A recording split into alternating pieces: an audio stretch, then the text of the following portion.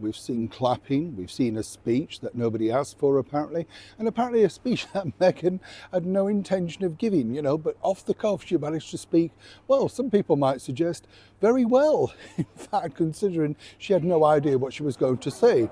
As I told you, that wasn't truly the story, but it's always fascinating.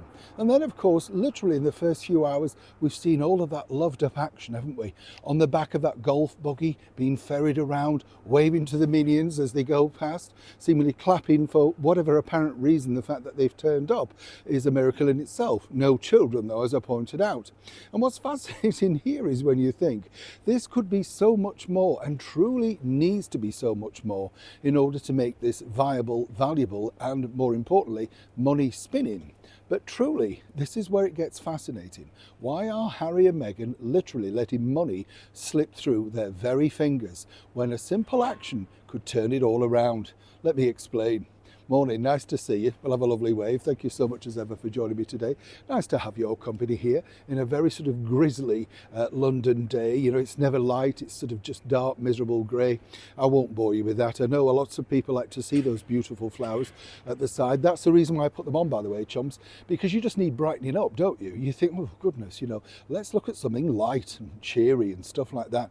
You have enough of the dark stuff, don't you? What do you mean when I'm on the screen it's like Dracula? I know that. No, but you know what I mean? You don't want to I think winter you've got to be careful. Find something funny to look at, nice colours, that sort of stuff. If you've got pictures of your garden in full bloom, get them out, because it'll just cheer you up, the sort of thing. Now this, of course, might cheer up the people behind the Heart of Invictus. Well, it may not, it just depends on how this pans out, chums, let me tell you, because as you can see, they arrived, and this is a big celebration and big concert, not fully sold out, as I pointed out. They need to make money in the Heart of Invictus, it's as simple as that. It's a charity, but it's a very costly charity as well.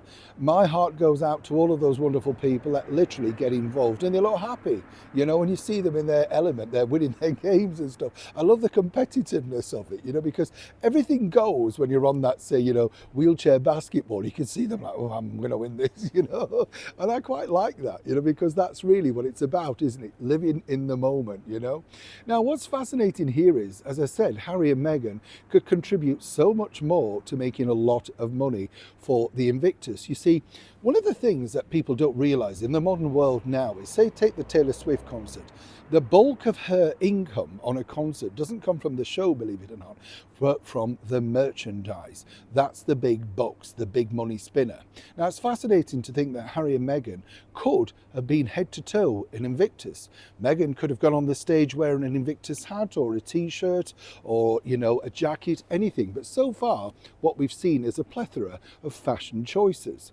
Do we see them clutching, for instance, a Heart of Invictus bottle or a cup or anything like that? And what better, and people may scoff at this, but if they were to offer the opportunity, say, of, signing a few bits and pieces, maybe auctioning it off for charity, that way those things could sell. It may help the store.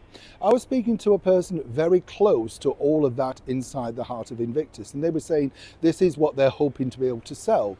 And they are, shall we say, hopeful that Harry and Meghan will get on board with the branding at some stage during the week. How about now? How about doing it now, making sure, for instance, when Meghan's talking to those children in that room and she sat on the bench and Harry sat there like a 10-year-old next to them, wouldn't it have been cool, for instance, if she'd have said, I'm just taking a sip from my, Invictus thing. Have we all got one? Yes, it's cheesy, it's corny, but it's what a charity keeps and keeps going through. So far, they seem to have alluded to the fact that they're not exactly embracing what the Heart of Invictus is about. It's not a fashion show, it's not about them, it's raising money for all those brave men and women who have given so much of their lives. Isn't it about time for a rethink, a reset? Who else agrees?